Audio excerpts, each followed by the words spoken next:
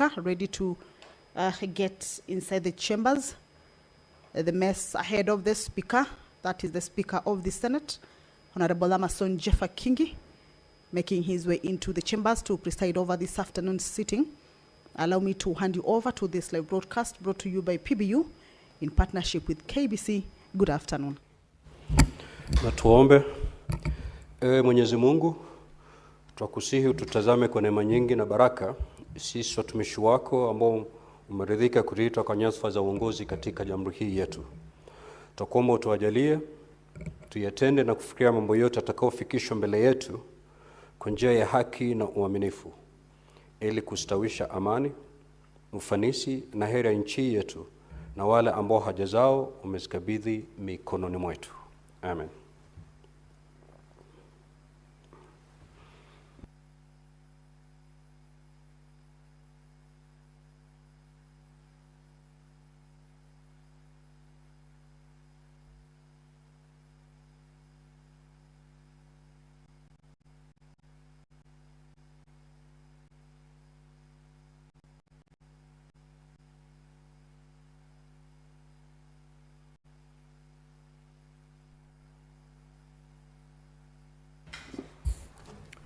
Do we have quorum? Sergeant at Times, kindly ring the quorum bell for 10 minutes.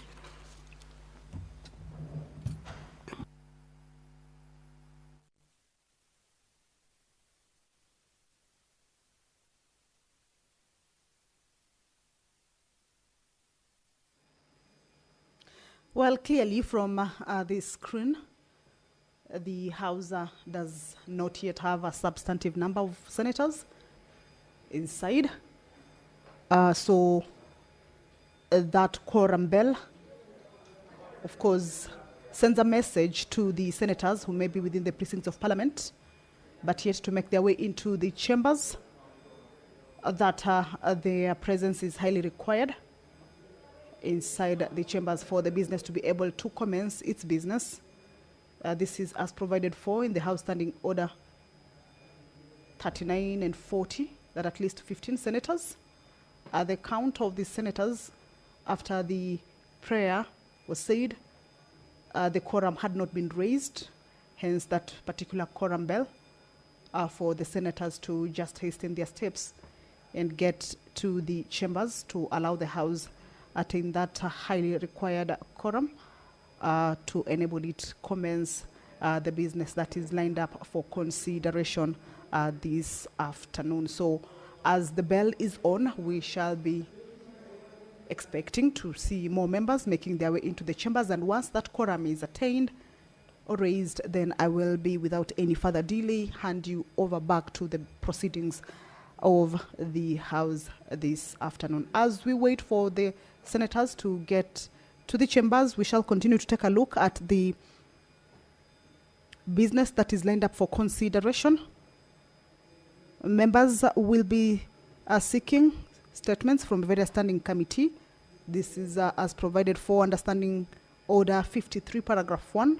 The Senator for Kisumu County, Professor Tom Ojenda, this afternoon will be seeking a statement from the Standing Committee on Energy regarding persistent power outages across the country. Professor Tom Ojenda will also seek a statement from the Standing Committee on Information, Communication and Technology regarding data management and security on the e-Citizen digital platform and the Maisha number system. The professor will also seek another statement from the Standing Committee on Health. Well, that's the entrance of the Senate chambers. More members making their way into the chambers, I believe, in just a short while, or in a while, we shall be able to raise that quorum. And once that quorum is attained, then the business of the Senate will commence.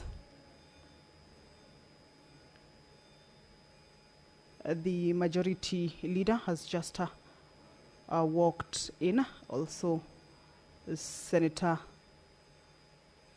Mandago has also made his way. I believe the quorum will be achieved in just a few minutes. I will be able to hand this business back to the House. Well, the quorum has been achieved. Allow me to hand you over. Senators, Good afternoon. Do you have quorum now? Let's settle down. Clerk, you may proceed to call the first order, please. Order number 1, administration of oath.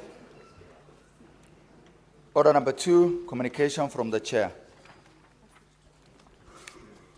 Order number 3, messages. Order number 4, petitions.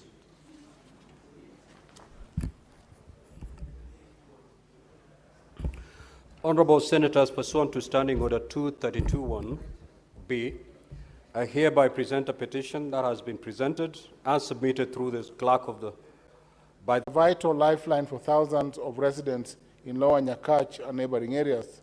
Today suffers from acute shortage of medical personnel, essential drugs, basic diagnostic equipment, and critical infrastructure. Patients seeking medical attention are routinely turned away or referred to distant facilities, endangering lives and worsening health inequalities. Mr. Speaker, in this statement, the Committee of Health should address the following. 1, the status of staffing, medical supplies, and operational infrastructure at Papunditi Hospital. 2, interventions that the Ministry of Health and the Kisumu County Government are undertaking to rehabilitate the hospital and restore full service. 3, the immediate and long-term plans, including budgetary allocations aimed at upgrading Papunditi Hospital to meet the healthcare needs of the residents. And lastly, timelines for the implementation of emergency measures to stabilize services and prevent further loss of life at Papunditi Hospital. Mr. Speaker, my third statement is on data management and security on government's digital systems and platforms. Mr. Speaker, I rise pursuant to Standing Order 53 to seek a statement from the Standing Committee on Information, Communication, and Technology on a matter of national concern regarding data management and security on the e-Citizen digital platform and the recently launched Maisha Number digital ID system. Mr. Speaker, sir, as the government expands its digital identity and service delivery frameworks, there's growing public concern regarding the protection of personal data, consent mechanisms, and the adequacy of infrastructure to prevent data breaches. In this statement, Mr. Speaker, the committee should address the following. 1, the institutional safeguards in place to ensure that personal data collected through e-Citizen digital platforms and the recently launched Maisha Number digital ID system is protected in accordance with the Data Protection Act 2019. 2, the measures in place to ensure consent is sought and granted before collection or sharing of individual biometric or digital identity data. 3, findings of any independent audit or risk assessment conducted in the security architecture of the e-platform and Maisha Number system.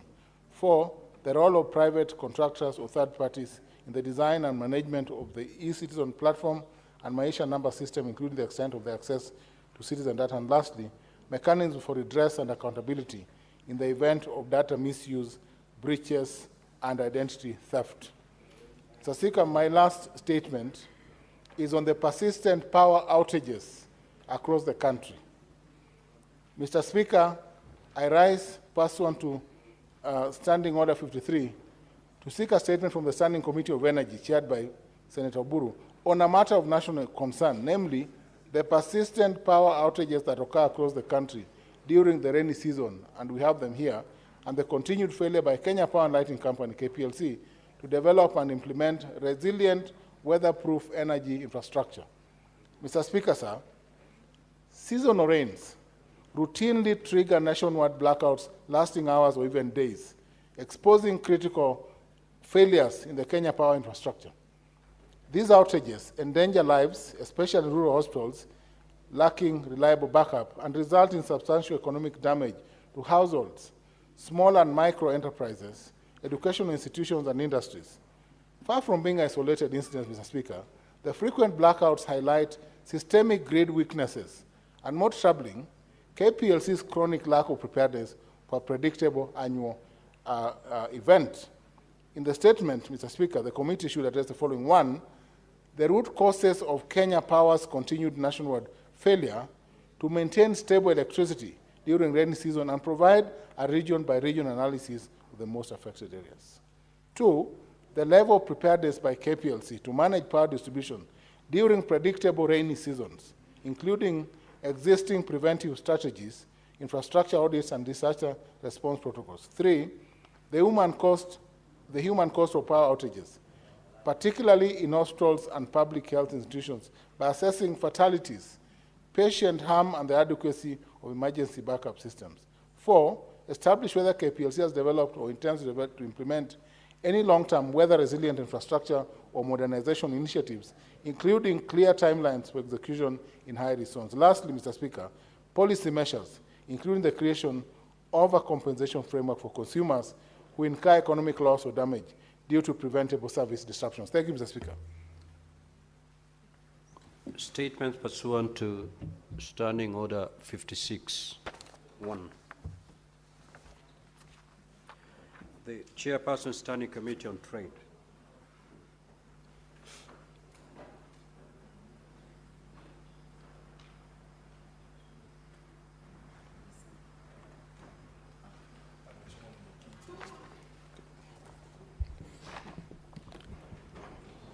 Mr. Speaker, sir, I raise pursuant Standing Order 56-1B to make a statement relating to the activities of the Standing Committee of Trade, Industrialization, and Tourism for the first quarter of the fourth session, covering the period between February to April 2025. During the period under review, the committee held 22 sittings, during which it considered 18 statements and 4 bills. The committee considered the Budget Policy Statement 2025 and among others, recommendation. The committee recommended that prior to the embarking of Phase 2 in the implementation of the County Aggregated Industrial Park CAIPs, the Ministry of Investment, Trade, Industry should ensure that all the 19 counties that were in the Phase 1 have fully implemented the aggregated industrial parks. The committee undertook county oversight and networking engagement in Mombasa and Kwale County. During this visit to Kwale County, the committee visited Shimoni Fishing Landing Site and the Kwale Aggregated Industrial Park. In the Mombasa County, the committee visited the Dongo Kundu Special Economic Zone and the East African Tea Trade Association. Following the constitution of the Committee of the Senate, the committee conducted a mini-induction retreat with the Ministry of Cooperative and the Semi-Development and the Ministry of Tourism and Wildlife. The retreat enabled the new members of the committee to familiarize themselves with the relevant ministries and the relevant semi-autonomous government agencies. It also allowed the committee to interact with the leadership in the various ministries. The committee will finalize its mini-induction with the Ministry of Investment and Trade, which is yet to happen. It is had to happen because of scheduling issues. The committee also conducted a retreat to consider the submission received on the Creative Economy Support Bill and the Cooperative Bill 2024. Mr. Speaker, sir, during the period under review, the committee considered the following bills.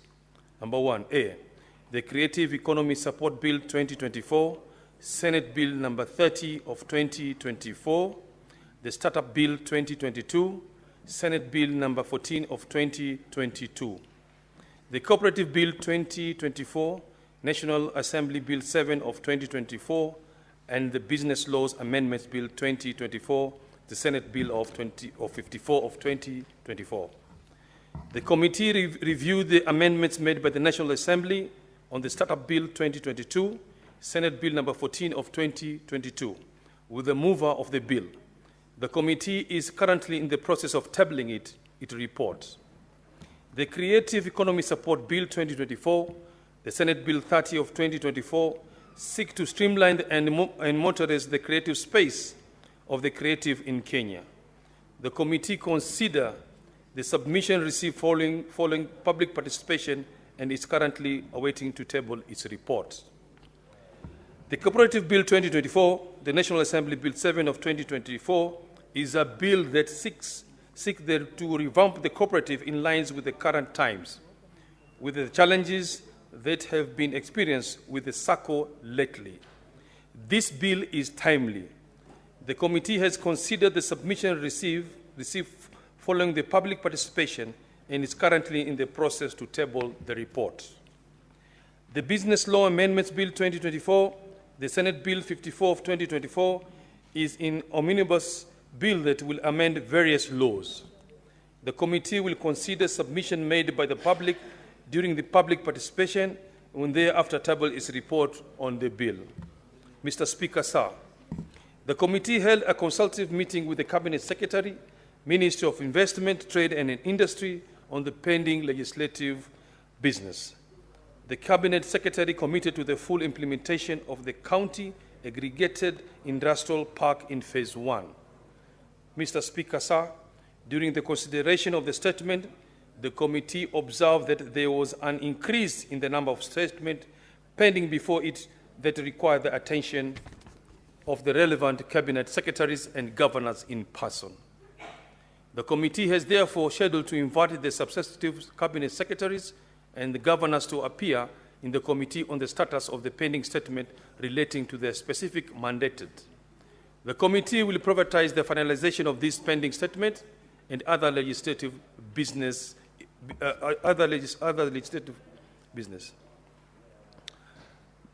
Honorable Mr. Speaker, sir, in conclusion, I wish to thank your office and the Office of the Clerk of the Senate for the support accorded to the committee in its work in executing its mandated. Lastly, I also wish to thank the members of the committee for the diligence and the contribution during the committee activities and the committee secretariat for the facilitative responsibility. I thank you, Mr. Speaker. Chairperson, Standing Committee on Roads.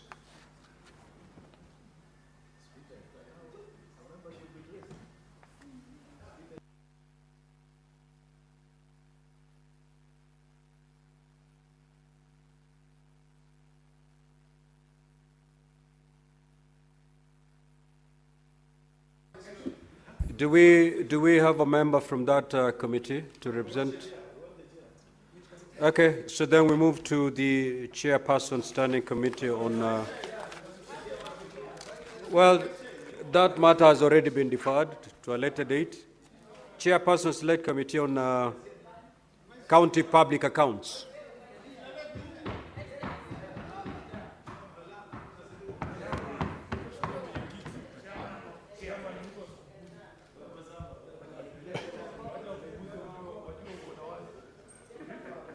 Mr. Speaker, sir, I wish to, pursuant to Standing Order 56(1)B, present a statement relating to the activities of the Senate County Public Accounts Committee for the period commencing 11th of February 2025 to 30th of April 2025. Mr. Speaker, it's important to note that those are the dates from which the committee was reconstituted to the end of the third quarter. During the period under review, the committee held a total of 8 sittings that included the election of the chairperson and vice chairperson, consideration of its work plan, and interrogation of reports of the Auditor General on the financial statements of various county executives. Mr. Speaker, sir, as you're aware, on the 1st of October 2024, the High Court in Republic versus Nairobi City County Assembly and another Musumba and 4 others ex parte application E082 of 2023-2024, the citation is there, delivered a judgment which materially affected the mode of operations of the Senate Public Accounts Committee. In light of the above-mentioned judgment, the committee was thereafter compelled to prepare and table its reports for the financial year 2023-2024 by end of March 2025, which were debated and approved by the Senate on Thursday, 27th of March 2025. And Mr. Speaker, sir, because this statement is restricted to 30th of April, perhaps this will come in the next report, because subsequently in May, Justice Aburili delivered a ruling on that matter, and we shall update the House appropriately. Mr. Speaker, sir, taking into account the constitutional timelines provided for in Article 2298, the committee invited 18 governors or county entities to appear before it and requested the rest to submit written management responses. Out of the 18 governors invited, only 4 appeared before the committee. The committee remains deeply concerned by the growing trend of governors failing to honor invitations to appear before Senate committees without offering any justifiable reasons, a practice that amounts to contempt of Parliament. In light of this, the Senate should consider exploring avenues for amending the Parliamentary Powers and Privileges Act 2017 to introduce stricter penalties, including fines, imprisonment, or other punitive measures to safeguard the authority and dignity of Parliament, because, Mr. Speaker, from experience, governors are happy to pay the 500,000 fine and go scot-free.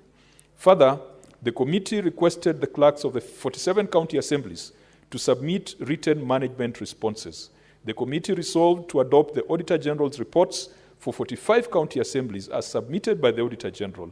The committee noted that 2 county assemblies, namely Homa Bay and Migori county assemblies, had adverse opinions, and it prepared its report on the 2 county assemblies, and the reports thereof were tabled and adopted by the Senate. Mr. Speaker, sir, the committee further conducted a comprehensive fiduciary risks analysis from the Auditor General's reports for all 47 counties during the financial year 2023-2024. This rigorous examination revealed systemic weaknesses in public financial management across county governments, with a cumulative fiduciary risk exposure amounting to 532.67 billion. The detailed fiduciary risk report was tabled, presented, and adopted by the Senate on the 27th of March 2025. Mr. Speaker, sir, in terms of budgetary compliance, the committee observed frequent and unauthorized reallocations of development funds towards recurrent expenditures, often without the requisite approval from county assemblies. Moreover, there was a worrying trend of underabsorption of development budgets, leading to poor service delivery and stalled growth initiatives. Human resource management across the counties was equally troubling.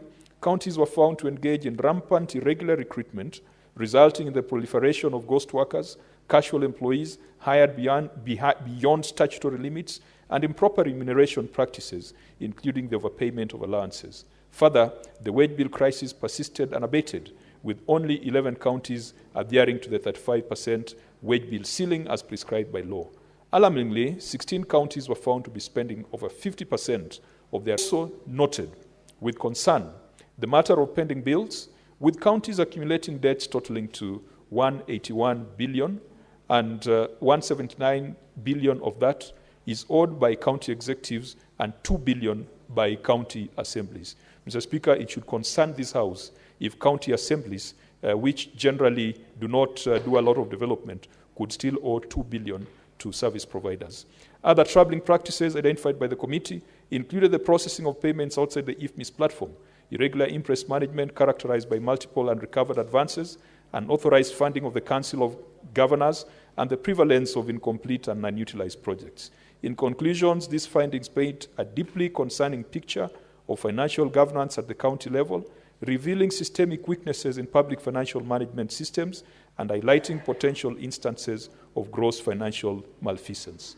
Mr. Speaker, sir, because this report was restricted to the period up to 30th of April 2025, when we'll be making our subsequent reports, we shall update the House on how the committee has responded to the ruling delivered by Justice Aburili on May the 7th and the county visits the committee has organized, and how the committee has planned to ensure that the resolutions of the House of 27th of March are closed and matters that were referred to investigative agencies are addressed. I wish to express my sincere gratitude to the members of the committee and the dedicated secretariat who worked tirelessly and for long hours to ensure that we are able to consider and adopt reports for all the 47 county executives and 47 county assemblies within the limited time frame, and bring a report to this House on the 27th of March 2025.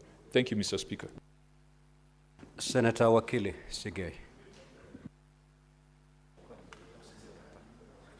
Thank you, Mr. Speaker, for allowing me the opportunity to read this statement. This is request for statement on the change of revenue collection system and other financial malpractices by the county government of Bomet. Mr. Speaker, sir, I rise pursuant to Standing Order 53-1 to seek a statement from the Standing Committee on Finance and Budget on a matter of county-wide concern regarding the transition from Jumbo Pay revenue collection system to Bomet Pay revenue collection system and other financial practices by the county government of Bomet. Mr. Speaker, the county government of Bomet has not provided any justification for the transition from the previously functional Jumbo Pay to Bomet Pay or disclosed details on the procurement process for the new procured system, despite the provisions of Article 201A of the Constitution requiring openness and accountability in financial matters and Section 104 of the Public Finance Management Act requiring transparency in financial management by the county entities specifically. Additionally, the county government is carrying out revenue collection without an enacted County Finance Act, contrary to Article 210(1) of the Constitution, and continues to collect land rates without an updated valuation roll. Mr. Speaker, in the statement, the committee should address the following. 1, the transition process for the revenue collection system for the county government of Bomet from Jumbo Pay system to Bomet Pay system, including the justification for the transition, its budgetary implication, the structure and extent of the public participation exercise undertaken, if any, by the county government, the approval process for the budgetary allocation for the new system, and whether the procurement process for the new system adhered to the Public Procurement and Assets Disposal Act. 2, how revenue accounts and cash transfers were administered during the transition period, the oversight mechanism in place under the new revenue collection system, including how revenue collection data is being recorded and monitored, and whether any assessments have been done on the new system to evaluate efficiency, transparency, and accountability. 3, the impact of the transition on revenue collection, including a comparative analysis of revenue collection data from before and after the transition.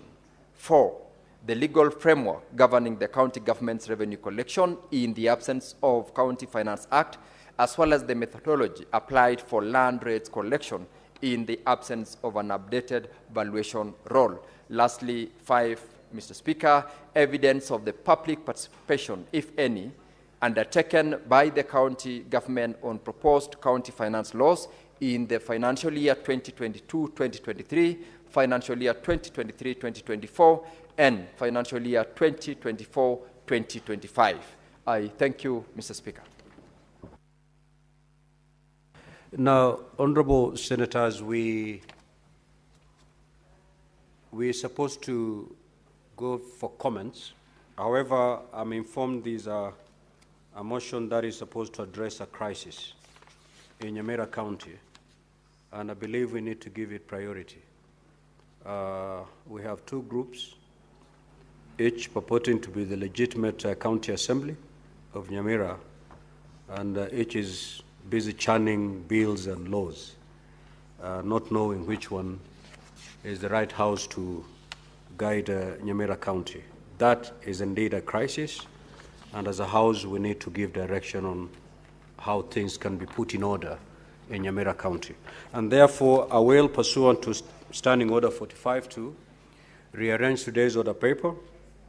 We will move to handle order number 13, and thereafter we will resume the normal flow as contained in today's order paper. However, before I allow the clerk to call order number 13, allow me to make this communication. Honorable senators, you may walk in and take your seats.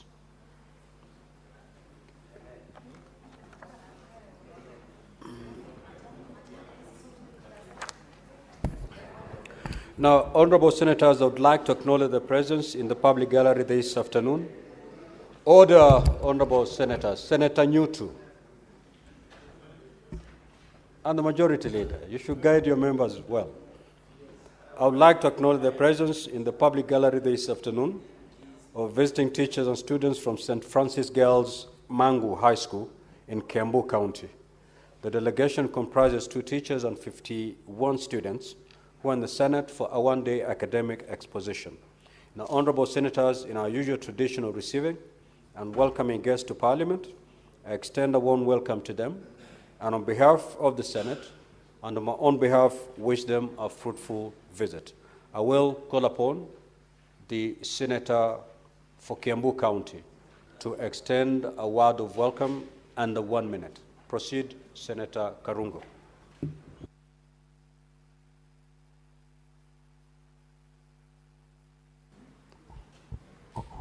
Thank you very much, Mr. Speaker, for the opportunity. I take this opportunity to welcome the girls of St. Francis in Mangu, plus the teachers who have come to visit us today. This is the Senate. Of course, I'm your senator, Karungo Wathangwa, that is my name, and I thank your parents for voting for me. This is a great opportunity for you to come to learn and see what we do at the Senate. The Senate has been described by Kenyans as the last line of defense when it comes to legislation and when it comes to passing motions and laws that really assist and help the common mwananchi.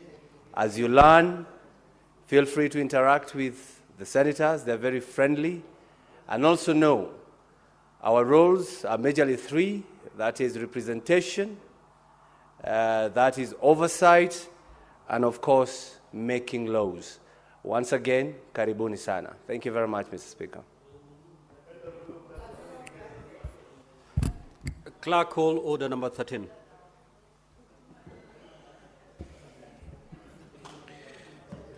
Order number 13, motion.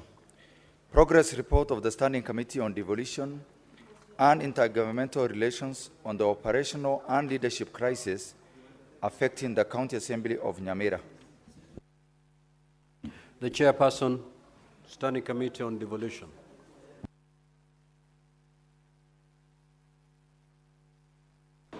Give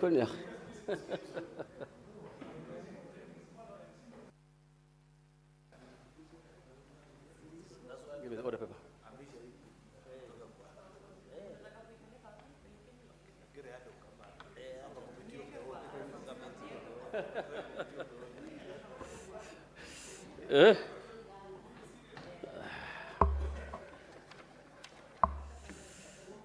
Okay.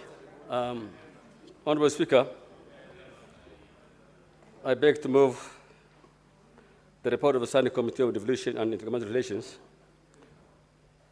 on the operational and leadership crisis affecting the County Assembly of Nyamira, that the Senate adopts the progress report of the Standing Committee on Devolution and Intergovernmental Relations on the operational and leadership crisis affecting the County Assembly of Nyamira laid on the table of the Senate on Thursday, 17th April 2025.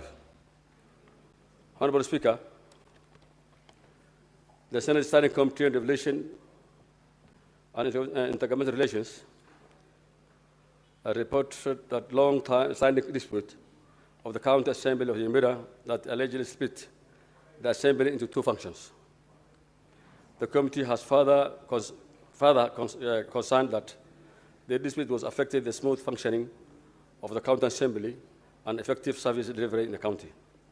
Additionally, Honorable Speaker, on Tuesday, 1st April 2025, the Senator for Nyamira, Senator Mogeni, CPS Senior Counsel, MP rose pursuant to Standing Order 53 to seek a statement from the Standing Committee on Devolution regarding the leadership and operational crisis currently affecting the county of Nyamira. In the statement, the Senator informed the House that the Assembly had split into 2 rival functions, each conducting parallel sittings in different venues, led by individuals claiming to be the legitimate speaker and clerk. This state of affairs caused confusion, undermine the legislative integrity, and will potentially jeopardize public confidence in the institutions and the oversight role of the Senate. Honorable Speaker, the Senate requested the following. 1.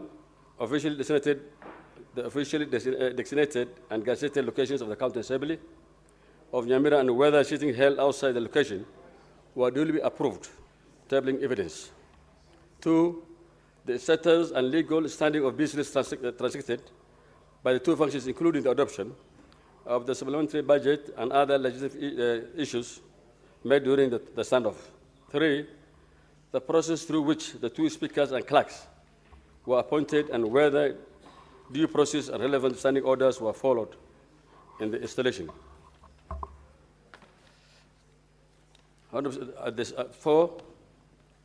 The steps taken by the relevant constitutional and intergovernmental bodies to resolve the leadership dispute, to resolve the leadership dispute and restore order in the county.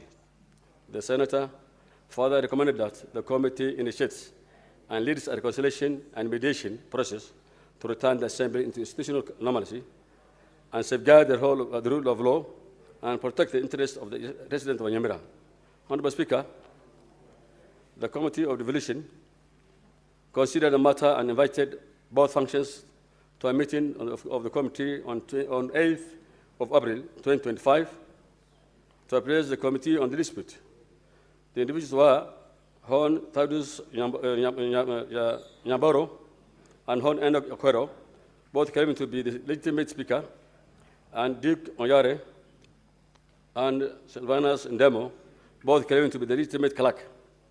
The committee also invited the Controller of Budget to provide information on financial issues arising from the approval of the budget, county budget, and acquisitions. Honorable Speaker, the committee conducted extensive discussions with the stakeholders regarding the matter, noting that the major issues arising from the deliberation. Further, the committee did an in-depth analysis into the issue emerging from the stakeholders' submissions and made various observations as set out on the report. In the report, the committee observed that 1. There were two functions that consist of separate leadership structure, including speakers, clerks, and Assembly Service Board, leading to confusion, legal uncertainty, and inability of the County Assembly to effectively fulfill its constitutional duties.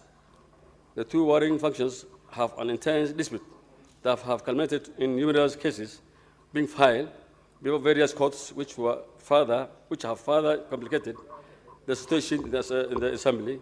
Some of these courts include Nyamira High Court, E008 of 2024 by Enoch Okwero versus Nyamira County Assembly, and others, challenging the suspension of Hon Enoch Okwero as the Speaker. 2. Petition number ELRC E001 of 2024 at the Kisii High Court, Enoch Okwero and others versus the County Assembly of Nyamira and Acting Clerk County Assembly, challenging the impeachment of the Hon Enoch